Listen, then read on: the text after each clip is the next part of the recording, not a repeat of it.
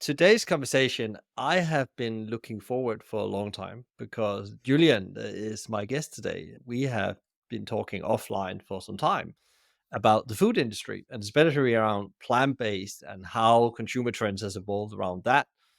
But also, if you really understand the super trends that's going on or the mega trends that's going on in the food industry, and you actually are able to combine them correctly, you can actually lay out a strategy that can really put your business in a good place now, but even more important as the world evolves. And that's in principle what we're going to be talking about today. So welcome to the show, Julian. I'm really excited that we finally got here and got you on the show to talk about Yeah, thank you. It's a pleasure to be here. 10 key trends in food, which you and the nutrition business recently has released. For people out there, Julian, that maybe haven't listened to your also brilliant podcasts, by the way, or read They are, it's true, yeah, yeah. or read any of your blogs or any of your brilliant posts on LinkedIn, can you tell them a bit about your background, a new nutrition business, and what is the story and what is the mission? Okay, with pleasure. So, I come from a background in food marketing. That's how I started out. I started out dealing with selling brands, sitting in front of supermarkets, trying to persuade them to take a product and try not to push back constantly on the price cutting that they love to do. And then I went out of the food industry for a little while and came back in. And I was involved in setting up this business now, amazingly, 27 years ago. And our company's called NewNutrition Business. And we set out to be experts, to develop expertise in the business of food, nutrition, and health. So ignoring all the things that don't touch on nutrition and health. And when we started, that was really quite a narrow silo. Mm. And actually, lots of people would say, why are you doing that? That's a very narrow area. That doesn't affect lots of other things. And now it's gone completely the other way. And almost every single category has to take nutrition and health into account, even if it's something as simple as sugar reduction, for example. So we have customers in confectionery and in dairy and in growing vegetables, growing fruit, and all kinds of things.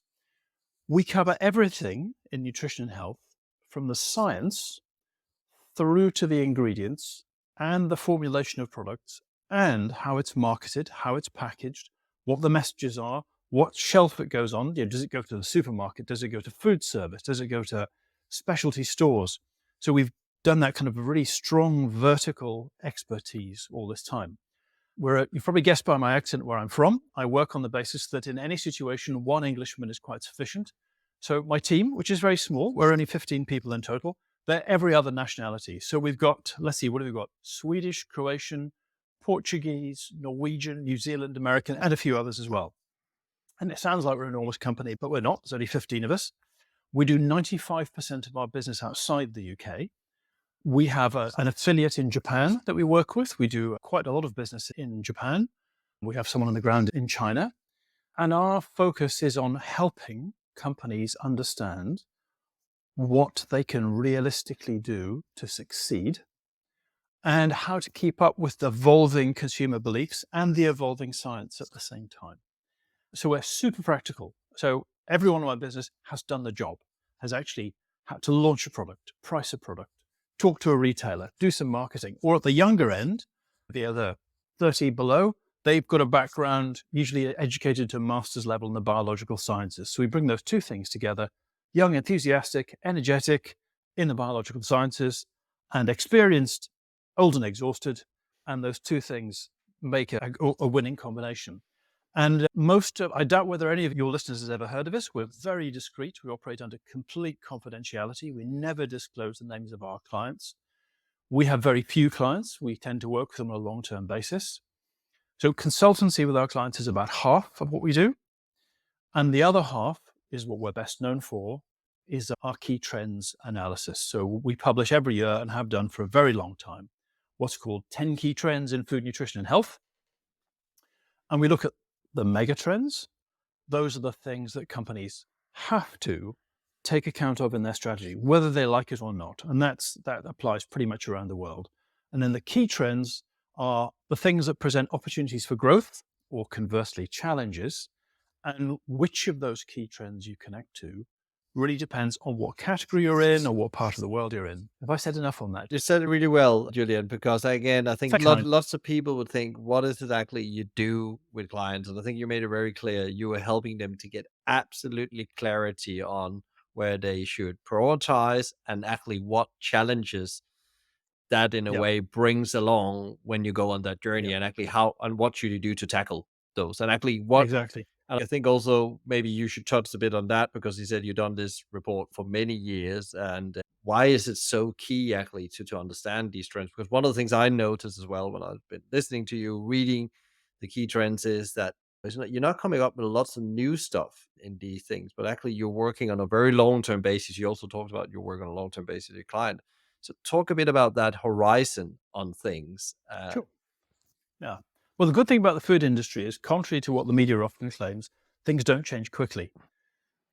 Provided you're keeping up with the evolution of all the qualitative and quantitative data, and that's what we do all year round, it's possible to see the emergent trends. And what we do is we take this huge array of qualitative and quantitative data, from changing science to consumer research to sales that are happening in supermarkets to looking at corporate strategies, and we essentially feed it into our algorithm, and that helps us prioritize what's happening.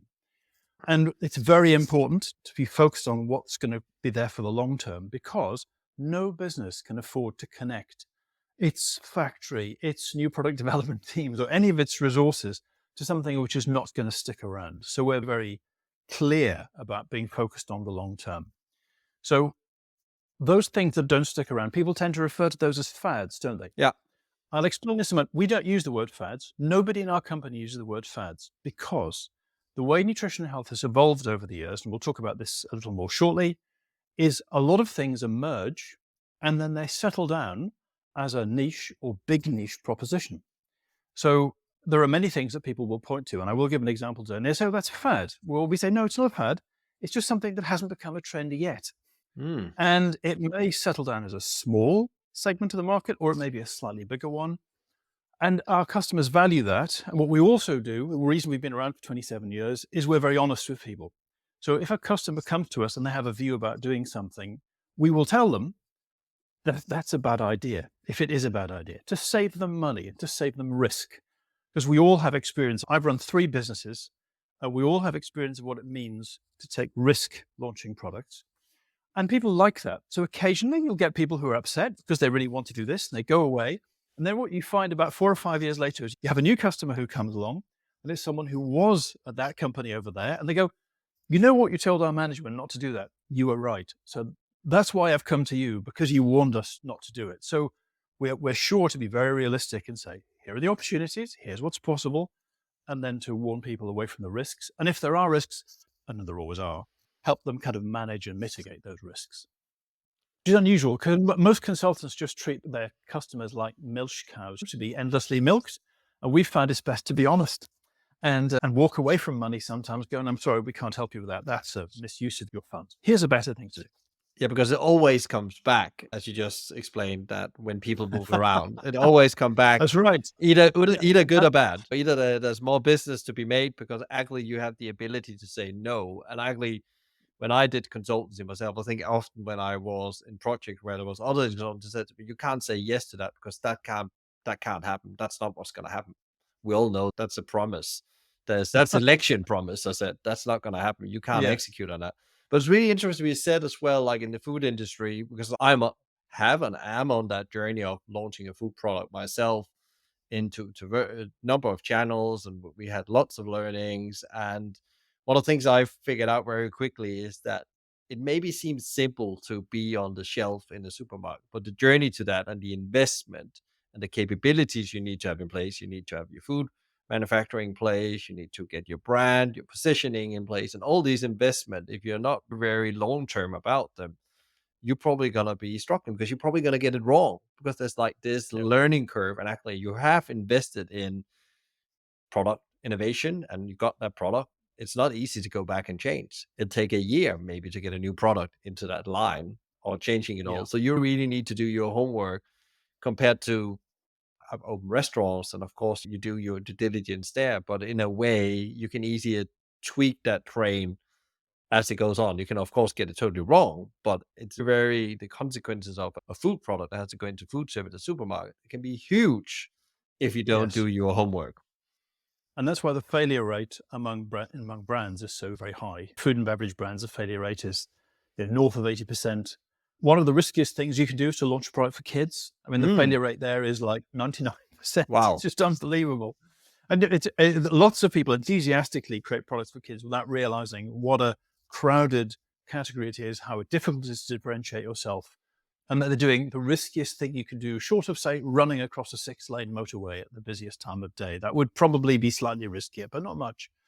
And you're right, you do have to do it carefully. And I think one of the useful approaches that more companies are taking is there's an American company called General Mills. They're about the world's 10th biggest food company. But even they have had to change their way they do new product launches. And they have a strategy for innovation, which they call launch and learn. And that means they don't come out with a product and try to push it everywhere at once. They come out with a product and sell it in a few supermarkets, just 4 or 5 in one small area. And then they learn from that and they say, okay, how do we improve the packaging? How do we improve the recipe, the messaging, and so on and so forth? And they've found that to be much more effective than what used to be called the Procter and Gamble model. You create a brand, you throw massive amounts of advertising behind it, you splurge it everywhere. That's extremely high risk. The probability of failure, even for a big company now, is much higher than it was 10 years ago. So the launch and learn strategy is a really good one. And smaller companies are able to do that because you could just go to a small regional independent chain or a smaller supermarket chain, such as in France, Monoprix, or in the UK, Waitrose, for example, and just launch in that one place and learn and improve. So I think there are lots of good things that can be done to mitigate that risk you were talking about getting it right. Yeah, I think it's also starting out with a more long-term view, and we're going to come back to that again, what the consequences are when you think you are the next big thing and you are too You should overconfident. never think you're the next big thing. It's really important not to do that. You should never think that. You should think, I am going to be someone who focuses on building up a business with 5 million euros of turnover, and I'll do everything right to get to 5 million. And then I'll figure out what I do after that, because so often people start, there's the vision. You look online, you look at influencers, and places like LinkedIn, for example, are full of people saying, we're going to come up with a disruptive innovation and you've got to have a big vision. And I'm afraid food and beverage in the supermarket is not like that. It's really tough. So you have to start humbly, modestly, get it right, and then build the blocks on top of it. Yeah, I know that from restaurants again. The restaurant groups or the independent restaurants that stay around, they don't have had from the outset huge visions about being 1,000. They build slowly. Even McDonald's, he started with one, Mm. and then he, as you probably, got to his $5 million mark and thought this can actually become really huge, and then he became really ambitious, I guess, after that, and actually built the empire again. But I actually wanted to take us back into the report because it's really interesting. And we already touched a bit about in the report, you talk about David Bowie already said this, and David Bowie has nothing to do with food. I thought the first time I was reading that, Oh, skimming it. good. I'm glad you noticed that. Could talk a bit more about how David Bowie, in a way, already knew this I think it was in the Okay, 90s. Was in the 90s he mentioned. that's right. He was interviewed by the BBC in the 1990s, and he said something very important. And it's very important for all food and beverage companies, which is why we cited him. There's been a huge fragmentation of people's beliefs about food and health. And that has come, just as David Bowie said it would, from the internet. So the presence of the web has made it possible for people to get huge amounts of information about food and health.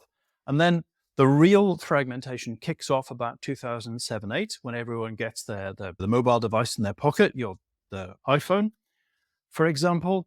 And it's possible for anyone to do their own research about food, nutrition, health anywhere, on the bus going to work, on the train going somewhere, possible for all ages to do it.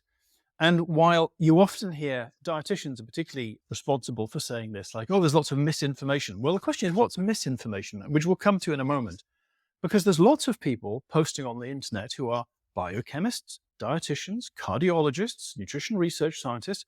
So you can get lots of good quality information. And in fact, what we see is we do consumer research all the time as one of our kind of ways we gather information. And our customers are kind enough to share their research with us. So we do a survey every year, both quantitative and qualitative. And what is very clear is that the internet, meaning social media and blogs and websites, is the number one place where consumers go for information about health everywhere in the world, almost without exception. And to give you an illustration, about 50% of Brazilians go to the internet immediately for all their information. UK a bit lower, about 36%.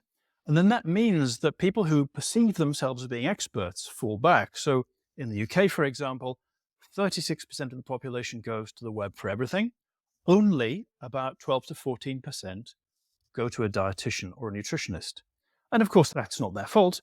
How can one person possibly compete with the massive instant availability of information on the web? So that is, Dr. Internet is what's driven a lot of change. And that is both for the good and for the bad. It has a huge influence on the trends that we talk about. And it is a good place to go and spot what's emergent that's coming out. And touching on the trends and coming back to fragmentation, what are the top trends? I guess you need to get your hands on the report really to get. You can't talk about all the trends and the sub trends, but like, what is the one? Some of them you say these are the mega trends that's really driving Okay. things right now and in the Yeah. next 5. Let's talk about the next 5 years. Okay. So I don't want to do like a laundry list because it'll be boring for listeners. Yeah. So what we just talked about was fragmentation. Yeah. So that is the number one mega trend. Yeah. Okay. Fragmentation of health beliefs. Driven by the internet, one of the consequences is that when people introduce a brand now, sales of a successful brand are smaller than they were in the past. Mm-hmm. So there's an organization called IRI, and they gather supermarket sales data. So when you go to the supermarket and your product is scanned, the barcode goes beep, that goes into a database. IRI gets all of that information. You'll read lots of places about information from all sorts of sources like Euromonitor and heaven knows what else. Don't pay any attention to the information that's from IRI because that's the actual supermarket data. And what IRI said about a year or so ago was that a successful new product, okay, launched now only has half the sales that a successful new product would have back in 2010. So a successful product now, year one in the United States, okay, it's a big market, will maybe do $10 to $12 million in its first year. Pretty successful. That's on average. Whereas 15 years ago, it was double that. So that shrinkage, so the size of the prize has shrunk because people's views about food and health become so much more fragmented because they can research them more. And then also within that, one of the reasons they've become fragmented is because they're able to learn that there are lots of different expert opinions about what's healthy and what's not. So one of those changes, for example, which is one of our key trends, is about the rebirth of fat. So we were all told from the 1960s onwards that consuming saturated fat was bad for you, caused heart disease, and made you gain weight. Your fat makes you fat, all that kind of stuff. Yeah. Have you ever heard, Michael, of a guy called Ansel Keys? Yeah, I've heard the name, but I can't place it right now. Okay. So he is an American scientist that came up with what's called the low-fat hypothesis in the 1950s. And everything that's happened in the industry, everything that every dietitian says for the past 40 years about consuming low-fat, all the dietary guidelines, starts with his research in the 1950s. And he's famous for publishing the 7-country study. And he looked at the diets in 7 countries and said, look, these people have low rates of heart disease. That's because they have very little saturated fat in their diet.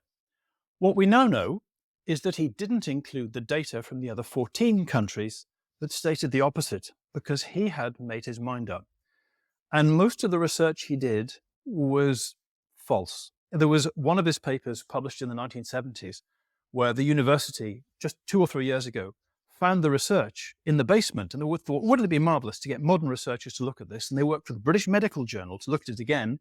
And they found that actually he'd left out of his results every piece of information that conflicted with the result he wanted. So you might say, but there's lots of other research that says that low fat is good for you. I'm afraid there isn't. There's lots of weak epidemiological studies, and that's been shown by researchers over the past 10 to 12 years have done enough research now that we can be confident, as it says. So I'm just going to have to read this out carefully. The European Journal of Preventive Cardiology, for example, which is the in-house journal of Europe's cardiologists, says, quote, there is no scientific grounds to demonize saturated fats as a cause of cardiovascular disease. Saturated fat, naturally occurring in nutrient-dense foods, can be safely included in the diet. And you'll find the same statements in the American Journal of Cardiology, the British Medical Journal. So, long explanation, if I go on the internet, I can read all of this information. I can read people posting saying, oh, look what's in the European Journal of Cardiology. And then I hear, that some dietitian or some doctor saying you must reduce your saturated fat intake. Clearly, these two things are at odds with each other.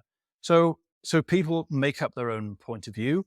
And that's why there has been, this is particularly true among younger consumers, an acceptance that more fat in the diet, including saturated animal fats, is healthy and acceptable. Why? Because that's what the science says. So older consumers who are like, say, 55 plus, who grew up in the low fat is best world, they still believe that. Younger consumers with more access to information, they're much more positive about fats. They're willing to have more in their diet. For some of them, they're choosing plant-based fats like cacao or avocado. Others are going, well, I can have dairy fat because, in fact, dairy fat is the interesting one. That's the one that's been scientifically the most exonerated in terms of not doing any harms. So that change in information means that products that are sold with a higher fat content do well. So, for example, sales of whole milk, full fat milk, are actually increasing. So we all know the sales of milk are gradually going down, but within that, sales of full fat milk in many countries are going up. In Germany, for example, full fat milk outsells low fat enormously. Then there are snack brands that have a high fat content. So there's it's a Canadian product called Love Good Fats.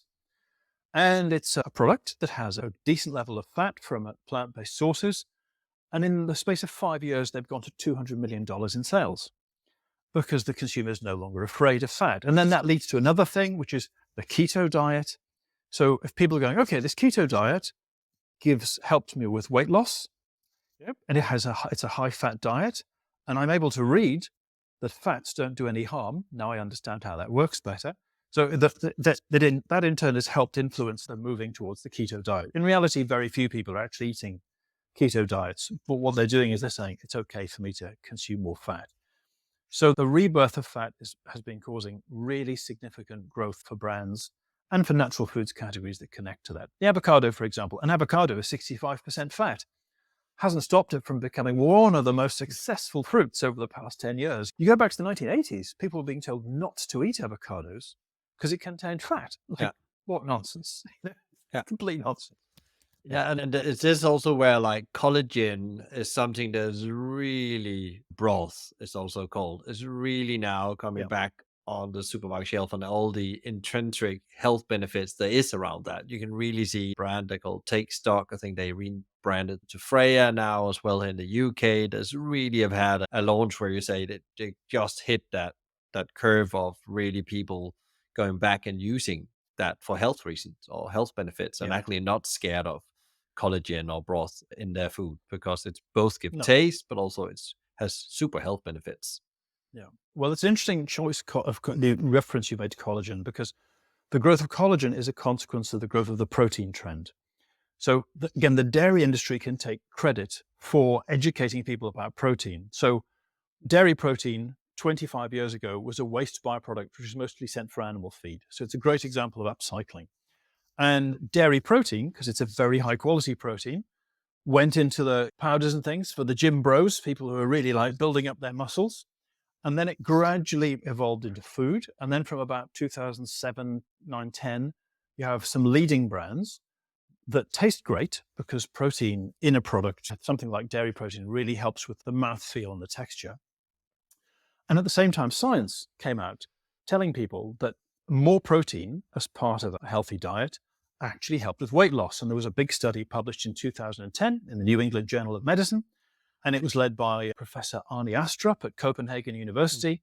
And that's like the biggest ever weight loss study. And they showed that a diet that's high in quality proteins and has low blood sugar impact was the most effective for consistent weight loss. And I was at a conference, I remember him saying that, he said, even I, who thought that low fat was the right way to go, have to accept these conditions. Mm. So protein, it's a nutrient that can do no wrong. It's hugely accepted. The dairy industry has done a good job of flagging up its natural protein content, and then that's moved on to other categories as well. So you see protein flagged up everywhere. Really popular with guys. So 15 to 35, you do exercise, you go to the gym, protein helps you with recovery, tastes fantastic. Most high protein products taste pretty good, particularly if that's in combination with like a low sugar proposition. So that the demand for protein, particularly dairy protein, is really growing every year. If you take a company like Arla, for example, the big Danish-Swedish dairy group, their UK protein brands had 26% sales growth last year. So that's a yogurt category, which was flat, and the protein stuff went up 26%. Supermarkets like Lidl are selling hundreds and hundreds of units of dairy protein products every single week. So animal protein has got a really strong presence in people's minds. And then collagen is a protein. There's decent scientific benefits. And that's when then social media comes in, because those benefits in relation to skin, hair, nails, and joints communicated through social media. And people go, oh, right, okay, it's protein. Protein's been around as an everyday item in foods for 10 to 12 years now. I think I can choose this. I can feel okay about it. There's nothing bad about it. And because it is scientifically validated, which is amazing, the collagen really does do what it says on the tin, then that's helped drive that. And the collagen is also a good example because it's a reminder that what people really want more than anything else is to look good and feel good. Anything you can do where people go, oh, my skin is nicer, my nails, my hair, and this is blokes as well as women, okay? This is not a sexist observation. Humans want to look good and they want to feel okay, and collagen hits that spot. So it's got the virtue of being protein, it's from a natural source, and it's about looking and feeling good. And one of the things about collagen, which I always find entertaining, is it's a huge success, despite the fact that most of the collagen comes from scraping the hides of cattle, usually in Brazil. And one of the things I find fascinating is the number of women who are buying collagen products who are self-described plant-based eaters, vegetarians, vegans even, but they compromise on their principles when it comes to looking good. So that's the big driver of that market, actually, is younger female consumers who describe themselves as being plant-forward or plant-active. And it's a reminder to us that the world isn't all about plants. So if you deliver something that tastes good, has tangible health benefits, people will look past the first set of principles they have and they'll embrace the thing if it's giving them the benefits and the taste that they want. So animal protein, interestingly, is really growing. Demand is growing. Even demand for meat it's going down in some countries, but up in others. So last year, demand for meat in Germany fell. In Sweden, it went up. In the United States, chicken went up a lot. Beef kept its place. So it's kind of holding its place. And that's also because animal protein has an important place in food culture. Yeah. And people shouldn't underestimate the importance of people's prior beliefs and what recipes they grew up with and what their families do and how it makes sense in the context of the whole of their lives. And yes, people do want to take new things on board. But when you look at the new that people take in, it's usually something that actually connects in some way to their established traditional beliefs. So what we always say, the most successful strategy in food is traditional foods reinvented, where you take something that is straightforward, people can easily understand what it is, it's traditional. It doesn't have to be traditional in your culture, it can be traditional in someone else's, and you deliver it in a form that's convenient and tastes fantastic, and that kind of connects with people's beliefs. So Greek yogurt, for example, debuted in the US 2007. It tasted fantastic. Let's never forget, taste and texture comes first. Huge improvement in taste and texture compared to the garbage yogurt Americans were eating before that. But it has a backstory. It's traditional. It's from Greece. It's not tech. It's not science. And that makes it easier for people to embrace. Though the problem comes if you start to talk about tech and science too much, then that's the opposite strategy, traditional foods reinvented, and that's where you tend to find things go wrong. Yeah, and actually that leads very perfectly to the next thing, because like there has been both in supermarket, but also in food service and restaurants been talked about plant-based, and that how important that has been on the agenda and actually increasing the amount of plant-based. But you're saying as well, meat is not going down, but we should reduce our meat consumption, but that's not really happening. But this whole how do we actually approach this plant-based and what's actually happening? Because I saw last week Meatless Farm looks like they were going into administration, making staff redundant. There's lots of other companies coming up, and you also see on the news now even Oatly, which is also a plant-based brand, is in some serious trouble. There's been a change in leadership and so on. So what's happened with that whole space? There was so much hype about, especially in the pandemic. You could really see that there was a large amount of money thrown to these companies to go out and principle reinvent how we eat. Yes. Yeah. Okay. That's a really good question. So one of our long-term growth trends is plants made convenient. And we say it like that because the challenge is people have always known they should consume more fruits and vegetables, but fruits and vegetables, particularly vegetables, are just not convenient enough for modern lifestyles. You buy a head of broccoli, you have to take it home, you have to wash it, you have to chop it up, you have to cook it. That's not convenient enough. But if I can get my broccoli already prepared inside something else, I can have more of the vegetables I want and have it in a more convenient form. So when we talk about plant-based, I think where there's success and where there's growth is delivering simple things that people can understand. And that's more vegetables, more legumes, for example, and doing it in simple whole food forms or forms that people can readily understand.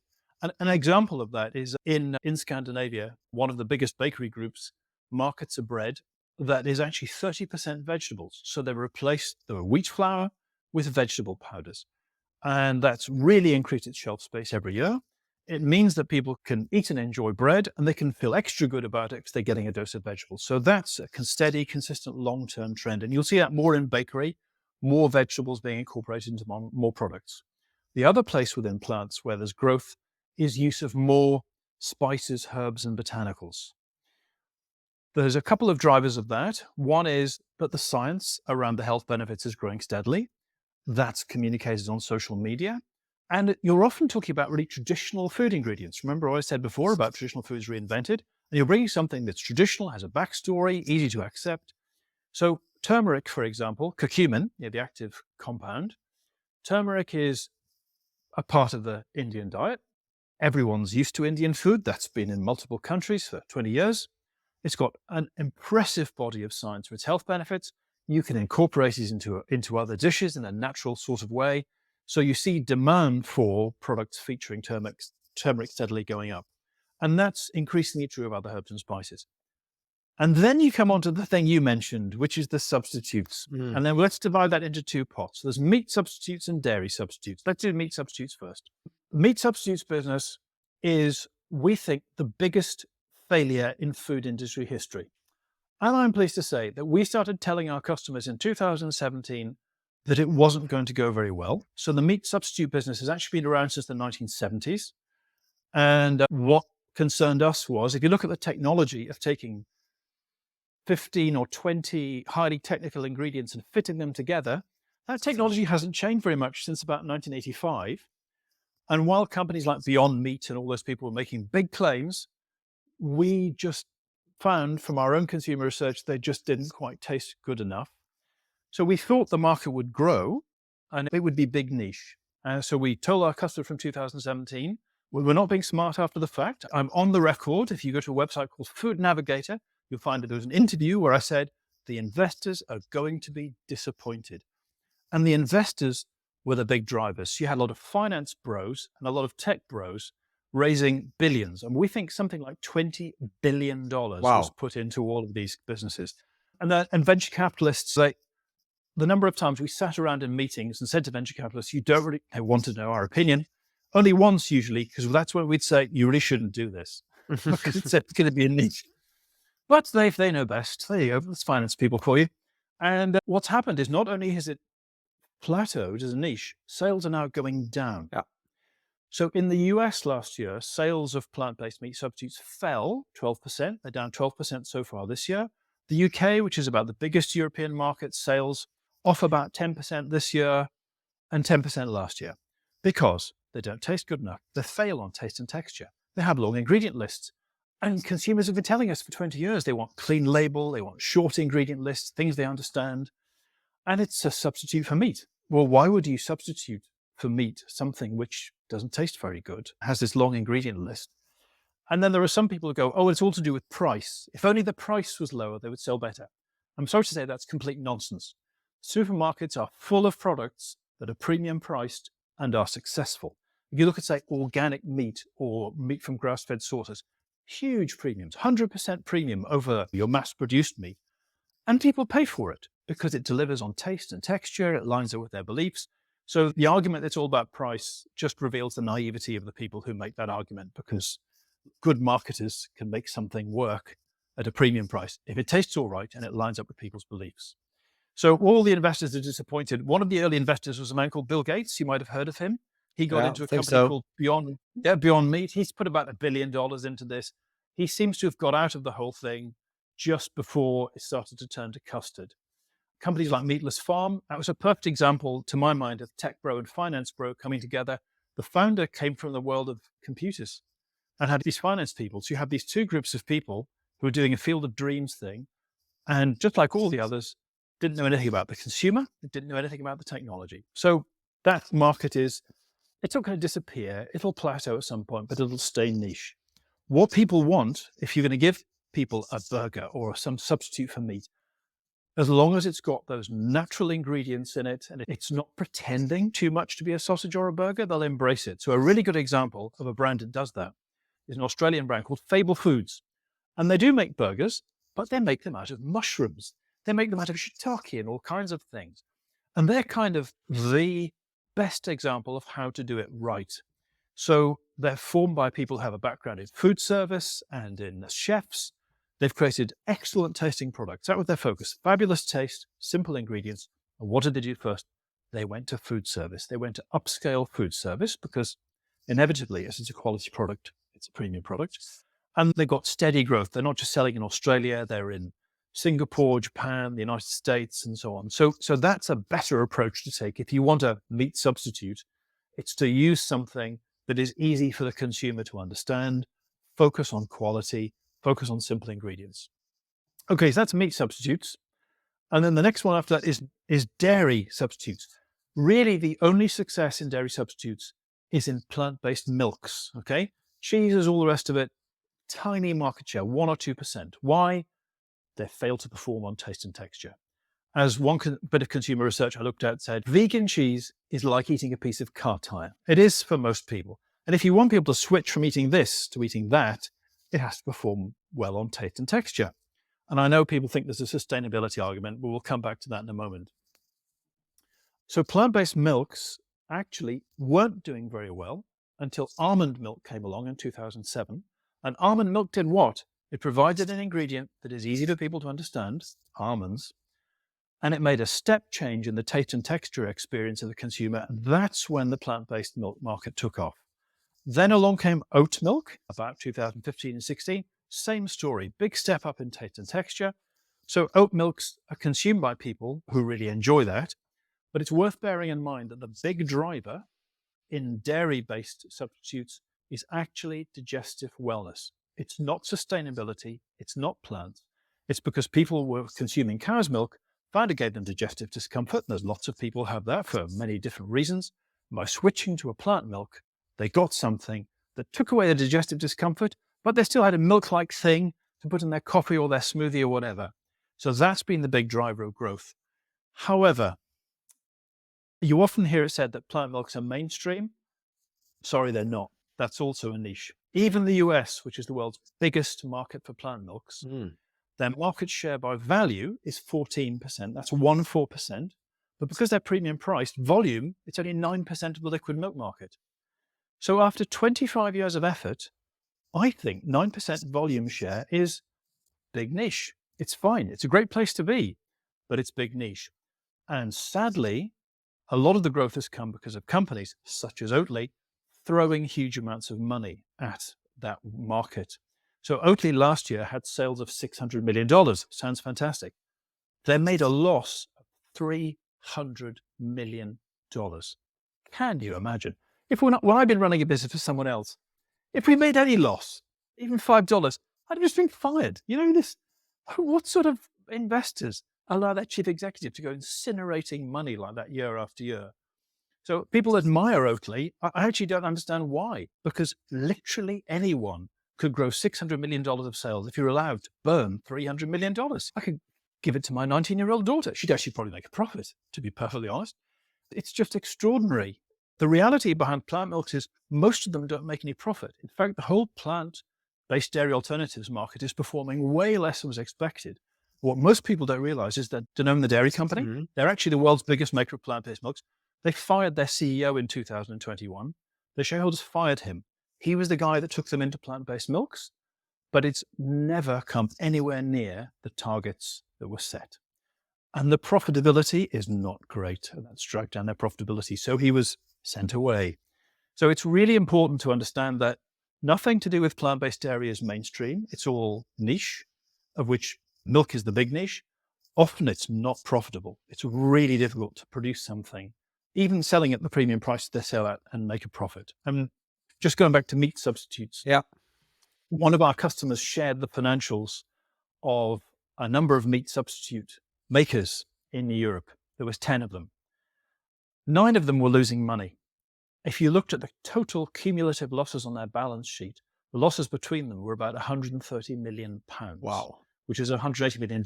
And they'd only been going, most of them, for 4 or 5 years. Wow. And their individual sales were tiny and not going anywhere. So the level of failure we've seen doesn't surprise me at all. So when people talk about plant-based, return to your original question, sorry, the long way around. If you're giving people more vegetables, if you're giving them simple, straightforward, wholesome things they can understand, like legumes, like mushrooms, and you're delivering a delicious form in a convenient format, you're putting more vegetables into other things, like into bakery, great. If you're putting in botanicals and herbs, great. If you're going down plant-based meat substitutes and dairy substitutes, you're probably committing commercial suicide.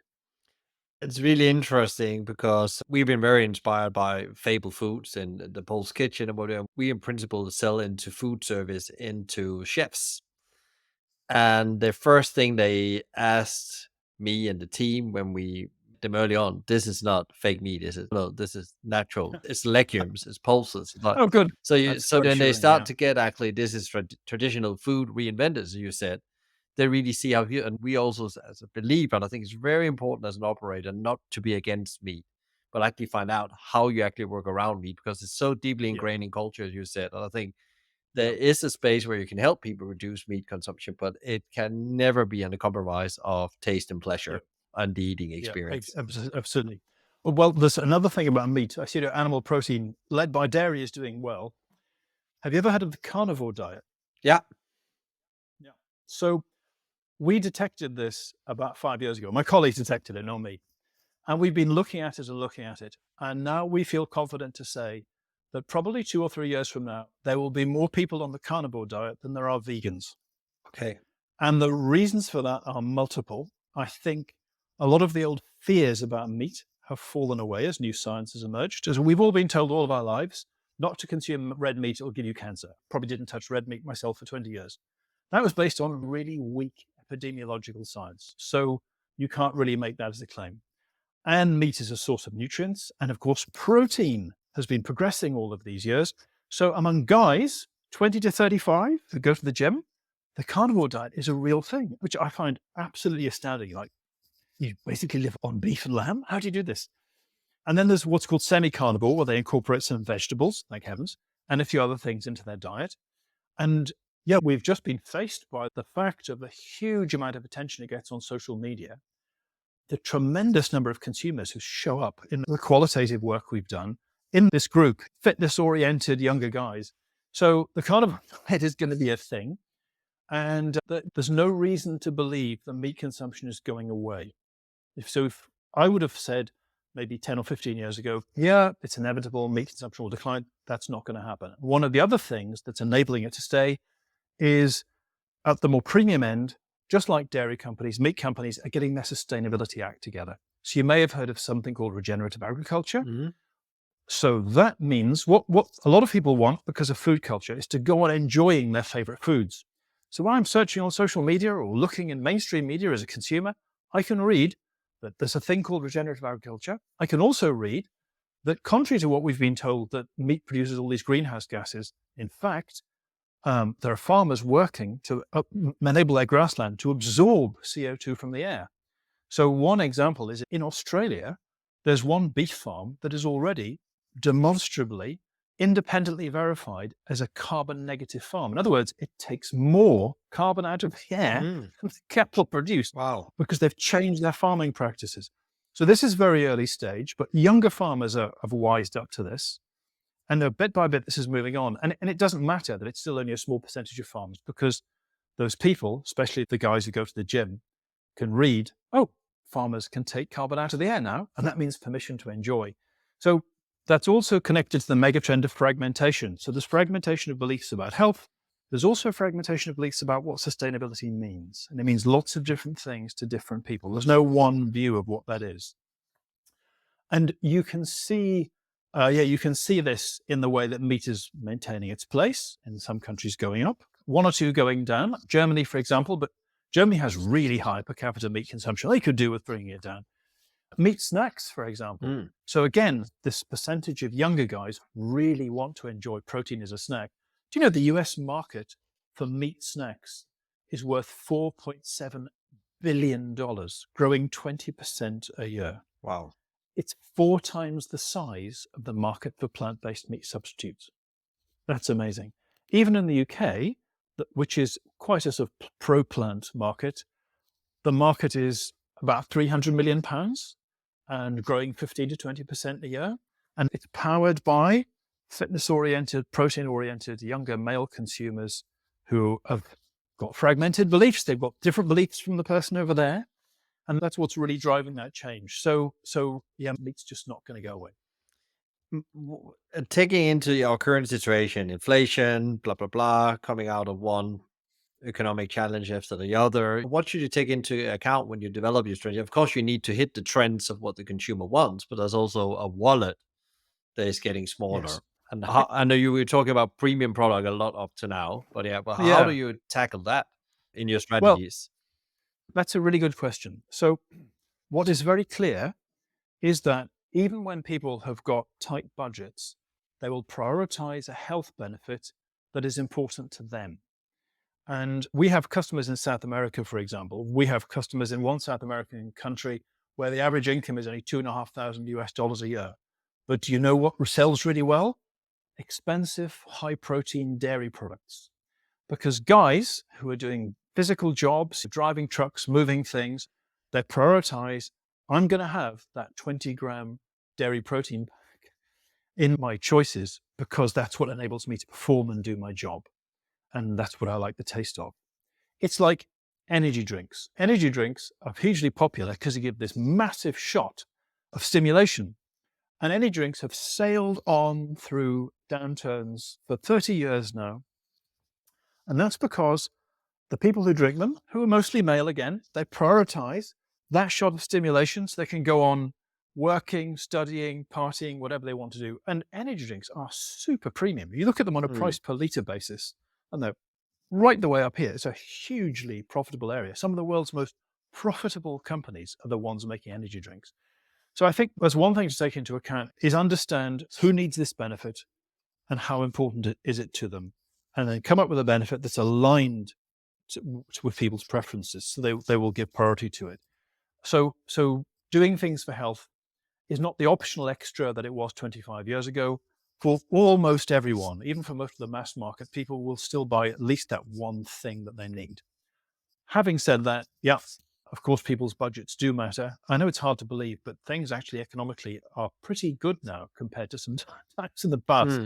You go back to the early 1990s or 1980s, people have got astonishing levels, despite everything, still astonishing levels of disposable income compared to those times. And they're still willing to particularly younger consumers are still willing to prioritize something for their health and wellness because they've grown up, bathed in the importance of eating for health and nutrition. So millennials and Gen Z will probably compromise on other things and less likely to compromise on that food that makes me feel good.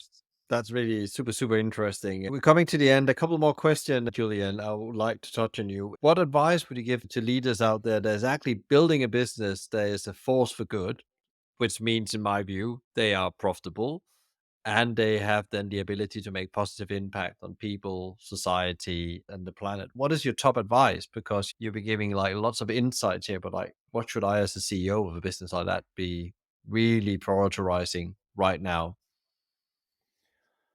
You're not going to like the answer. Lots of people won't like this answer, but the number one thing is patience. And the businesses that we admire the most, and some of our customers who work with many years, are often privately owned or family-based businesses that take an incredibly patient, long-term view of what they do. And they maintain their independence and they laser focus on what their consumers want and adapting to what their consumers want. And if they bring in new consumers, they do it thoughtfully and steadily. So that's kind of a big change, because over the past, gosh, I think since the 1980s, we went mad in the West and decided that it was all about, you build up a business within 5 years and you sell it for $1 billion and everyone says, aren't you clever? Hmm. But actually that's the exception, not the rule, that's the Yeah. outlier. Particularly in food, which is a super tough business to be in. I'm pleased I've enjoyed my job all these years. I've enjoyed fighting tooth and nail for everything. Yeah, you have to be patient. And that's a hard message for shareholders to accept. But really, anyone who becomes a shareholder in a food company who hasn't done their homework and realized that it's about taking a 20-year horizon, well, more fool them. There's plenty of information to let you know that. So it's about patience, steadiness, laser focus on your consumer, making sure you're making a little bit of profit, which is difficult. Food companies are lucky if they make 1, 2, or 3% profit a lot of the time. Yeah, you have to be tremendously patient. Really not what investors want to hear, but that's the reality. I think there will be other sectors where it's easy to make profitability, but I think it's really the interesting thing if you go and read Jim Collins' work on Good to Great. That was the same kind of approach those companies had. They didn't have a 5 year horizon. They may have a 10 to 20-year vision for where they were going. You have a restaurant group or food group in the US called the Singermans. They are a community of businesses, and they have the similar kind of approach. They have a 10-year vision at the time, and it's all about building slowly and learning and improving that business, but also because they understand they need to take people on that journey. And people Yes, don't move exactly. that fast in a way Yeah, as we think that's right. sometimes.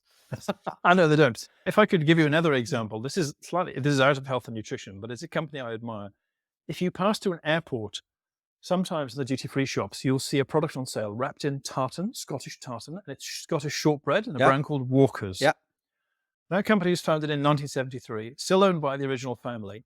And amazingly, from a small factory in the mountains of the Scottish Highlands, they have a global business. I mean, I think they do like $1 billion of sales Wow. in Japan and Germany and the United States. And that's because they decided to patiently, steadily grow bit by bit, year by year, moving into new markets, not compromising on their product. The recipe is the same it was. And I think that's a really good example of what a company can achieve by having a long-term view and staying true to its core values while being flexible in response to their consumer. And that for me is a much more relevant example for anyone in the food industry to pay attention to. If there's anything that really annoys me, it's someone who comes along saying, oh, but what about Tesla or Amazon or Apple? It's like, they are totally irrelevant to food. Those tech examples have no bearing on what happens in food whatsoever. You need to look for these funny people selling shortbread wrapped in tartan wrappers. And there's lots of businesses quietly working away like that, and they're successful. Yeah, I think this is unicorn businesses again. And I often say to people, like, you can also look in tech and see all the failed businesses. There's loads of them as well that Yeah. never ever get further than the first seed round. And then the idea didn't really stick because nobody had really looked into what Yeah. the consumer wants or the end user want, how they want to use Yeah. the And product. that mentality is what's caused the plant protein meat substitutes failure over the past 2 years. It's people imagining that whatever Amazon did, I can simply apply this, I can throw lots of money at it, and we'll get some magical, huge result in a short space of time, and not paying attention to the traditional basics like, does it taste really fantastic? Julian, thank you so much for coming on the show and sharing your insights and wisdom from your long journey and also doing the 10 trends report again and again and actually giving us deep insight into that patient is actually a big part of the game in food. But where can people find out more about you and connect with you? And if they want to read more stuff on the incredible stuff you Okay. do, where do we go? Yep, with pleasure. Happy to tell you that. So our website is www.new, that's N-E-W, hyphen, nutrition.com. And there you can go and please do this, go and take out a license for you or your organization to access all of our material. And we have different levels of membership, if you like, from the affordable to the premium. You can also find me on Twitter under my name, Julian Melletin, where I have my many opinions. And I'm also on LinkedIn, again, under my own name. So those are probably the three best places to go. And the fact that we've been around for 27 years and that companies around the world use our material, I would argue, is a bit of a clue that we're quite good at what we do. And we give solid, reliable information so that people can make well-informed decisions. So please go along and join this elite group of our customers getting good quality information. Great. Thank you so much, Julian. I'll send you and the team power and energy for the time ahead. Thank you very much. It's been a pleasure to talk with you, Michael. Thank you for your time.